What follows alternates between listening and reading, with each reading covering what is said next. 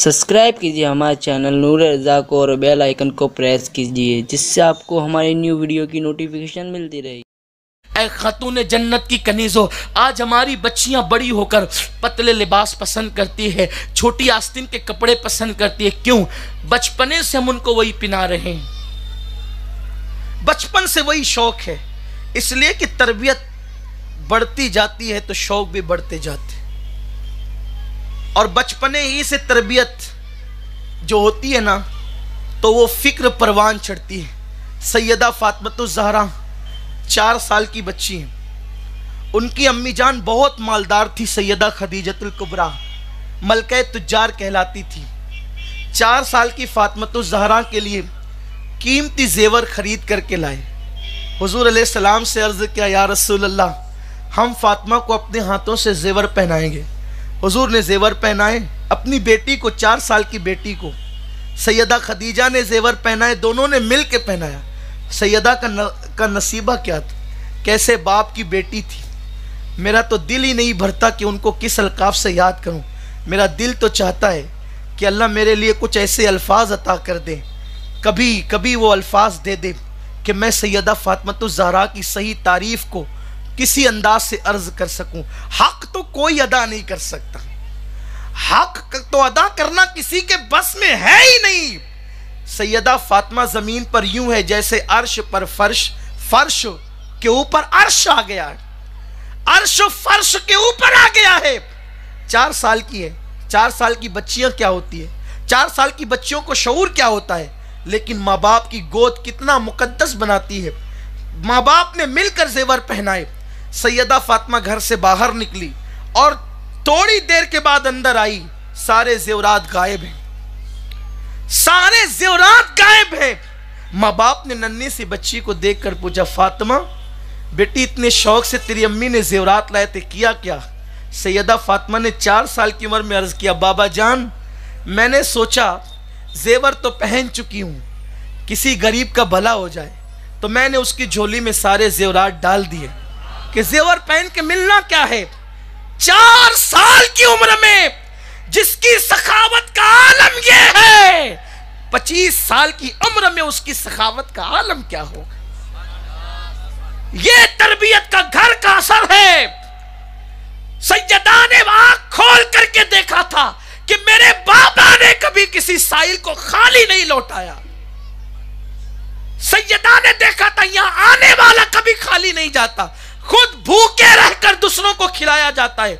گھر کے ماحول کا اثر بچوں پر پڑتا ہے، گھر کے ماحول کا اثر، جہاں رات دن لوٹ کسوٹ کی بات ہوتی ہو، جہاں رات دن جھوٹ فساد ہوتا ہو، وہاں کے بچے بھی کبھی سچ بولیں گے۔ گھر میں پڑے ہوئے ہیں، بلانے والے کے لیے بچوں کو بھیجتے، کہہ دو نہیں ہے۔ گھر میں موبائل ہے، بچوں سے کہتے اٹھا کے کہہ دو ابا کام میں مصروف ہے، کوئی کام نہیں ہے۔ جھوٹ تو تم سکھا رہے ہو، تم سچ سکھانے کی تربیت کرنے آئے تھے، جھوٹ تم سکھا۔ جب یہی بچہ تم سے جھوٹ بولے گا کل کتنا دل دکھے گا۔ جھوٹ کس نے سکھایا؟ ہم نے سکھایا۔ چوری کس نے سکھائی؟ ہم نے سکھائی۔ ایک شخص کو جب ڈکیتی کی بنیاد پر پھانسی کی سزا دی جانے لگی تو اس سے پوچھا گیا تیری آخری خواہش کیا ہے؟ اس نے کہا میری ماں سے ملنا میری آخری خواہش۔ گیا ماں کے سامنے، کہا کہ ماں کے کان میں کچھ کہنا ہے، اجازت دے دی گئی۔ چاقو نکالا، کان کے قریب گیا، ماں کا کان کاٹا۔ لوگوں نے کہا بدبخت، جاتے جاتے بھی گناہ کرتے جا رہا ہے۔ کہا گناہ کرتے نہیں جا رہا ہوں، ہر ماں کو نصیحت کرتے جا رہا ہوں۔ یہ جو ڈاکو بنایا ہے نا، اسی ماں نے بنایا ہے۔ پہلی مرتبہ چوری کی تھی، ماں کے کان میں آ کے کہا تھا ماں یہ چرا کر لایا، اگر 2 تھپڑ مار کر کہتی جہاں سے لایا رکھ کر آ تو میں اتنا بڑا ڈاکو نہ بنتا۔ یہی ماں نے کہا تھا جا لے جا کر کے چھپا دے۔ یہ ماؤں کا اثر ہوتا ہے۔ اللہ اکبر، یہ ولیوں کی مائیں کیا مائیں ہیں۔ حضرت محبوب الہی کی ماں کپڑے بنا کرتی تھی، حضرت نظام الدین اولیاء کی امی کپڑے بنا کرتی تھی، اور جس دن گھر میں فاقہ ہوتا یہ بھی نہیں کہتی کہ بیٹا آج ہمیں فاقہ کرنا ہے، بلکہ جب فاقہ ہوتا تو کہتی بیٹا آج ہم اللہ کے مہمان ہیں۔ نظام الدین اولیاء کہتے ہیں میری ماں فاقہ کرنے کے الفاظ کو بھی اللہ کی شکایت سمجھتی تھی، یہ بھی زبان پر نہیں لاتی تھی۔ کہتی تھی اللہ کے مہمان ہیں، میں سمجھ جاتا تھا کہ آج ہم نے فاقہ کرنا ہے۔ بابا فرید کی ماں، بابا فرید کے جو ماموں لوگ تھے وہ سب کے سب شاہی خاندان سے تعلق رکھتے تھے، بڑے بڑے بادشاہوں سے ان کے تعلقات تھے۔ بابا فرید کی امی کی غربت تھی۔ بابا فرید کہتے جب میں بچپن میں کہتا ماں کھانا، تو میری ماں لکڑے کی روٹی یعنی لکڑے کا وہ گول سا حصہ میرے منہ میں دے کر کہتی بیٹا اسے روٹی سمجھ کر تھوڑی دیر اپنے منہ میں رکھ لے، تجھے راحت مل جائے گی۔ بابا فرید کہتے ہیں میری ماں جب میرے ساتھ یہ کرتی، میرے ماموں کو پتا چلا تو میرے ماموں نے کہا بہن اس قدر ننھے سے بچے کو فاقے سے رکھ کر کے مارنا چاہتی ہے، ہم سے لے لے اور کھلا لے۔ کہتی ہے تم بادشاہوں سے نوکریاں حاصل کر کے پیسے پاتے ہو، بادشاہ کے یہاں حلال بھی ہوتا ہے حرام بھی ہوتا ہے، میرے بیٹے کو فاقے سے تو پالوں گی لیکن مشتبہ کمائی سے نہیں پال سکتی، کیونکہ مجھے میرے بیٹے کو روحانیت کی اس منزل پر پہنچانا ہے جہاں دیکھنے والوں کی ٹوپیاں گرنی چاہیے۔ ماں کے یہ عزائم تھے، ماں کے یہ مقاصد تھے۔ اس مقصد کو لے کر بابا فرید کہتے ہیں میری ماں نے حرام لا مال نہیں تھا، وہ صرف مشتبہ تھا کہ بادشاہ کے یہاں سے نوکری کرتے ہو، پیسے پاتے ہو، پتہ نہیں کیسے ہوں گے، مجھے میرے فرید کو نہیں کھلانا، مجھے تو فرید کو فاقے کروانے ہیں، کیونکہ کوئی ضروری نہیں ہے کہ بھوکا ہی مرتا ہے، کوئی ضروری نہیں ہے کہ بھوکا ہی مرتا ہے، پیٹ بھرا ہوا انسان بھی تو مر سکتا ہے۔ جب موت لکھی ہوگی تو لوگ کہتے ہیں ابھی تو کھا کے ڈکار بھی نہیں لیا، مر گیا۔ لوگ سمجھتے ہیں کہ کھانے میں زندگی ہے، زندگی کھانے میں ہوتی تو کبھی کھانا بھی سڑتا۔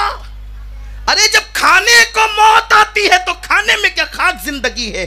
زندگی تو اس مالک الملک کے ہاتھ میں ہے۔ اگر وہ کسی کو زندگی دینا چاہے تو مچھلی کے پیٹ میں 40 دن تک کی حضرت یونس کو بغیر کھائے زندہ رکھتا ہے۔ اس کی شان ہے، اس کی شان ہے۔ اور اگر وہ موت دینا چاہے تو وہ موت کو بھی موت عطا کر دے گا۔ ایک دن وہ آئے گا کہ موت بھی مرے گی، موت بھی مرے گی۔ زندگی کو تو موت آنی ہے لیکن اس کے چاہنے سے موت کو بھی موت آنی ہے۔ فرماتی میں فرید کو فاقے سے رکھوں گی لیکن مشتبہ مال نہیں کھلاؤں گی۔ اور جب بابا فرید ابھی جوان ہی ہوئے، بابا قطب الدین کے مرید ہوئے ہیں، غریب نواز آئے ہیں بابا قطب سے ملنے، سارے مرید ملنے آئے، بابا فرید غریب نواز سے ملنے نہیں گئے۔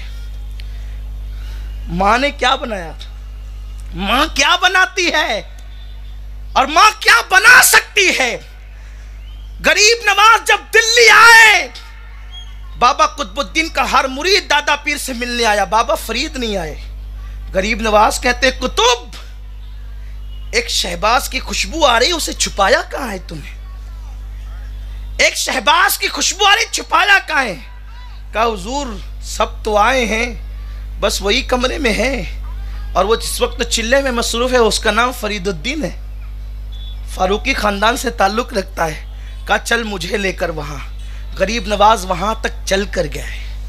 مائیں یہ بناتی ہے، مائیں اس منزل پر پہنچاتی ہے۔ وقت کا سلطان الہند پوتے مرید تک چل کر کے جاتے ہیں اور اتنے لاغر ہو چکے تھے بھوک کی وجہ سے کہ اٹھنے کی طاقت نہیں، بہت کوشش کی نہیں اٹھ سکے، تو ایک ہاتھ غریب نواز نے پکڑا، ایک ہاتھ قطب الدین بختیار کاکی نے پکڑا اور پکڑ کر کے اٹھایا۔ بابا فرید کہتے ہیں میری بھوک نے مجھے اٹھنے نہ دیا لیکن اس بھوک نے مجھے اس منزل پر پہنچایا۔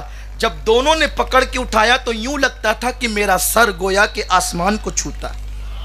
اور تب غریب نواز نے ایک تاریخی جملہ کہا تھا، قطب الدین تو نے اس شہباز کا شکار کیا ہے کہ اس کی برکت سے قیامت تک اللہ تیرے نام کو زندگی عطا فرمائے۔ مائیں بہت بلند کردار ادا کرتی ہے۔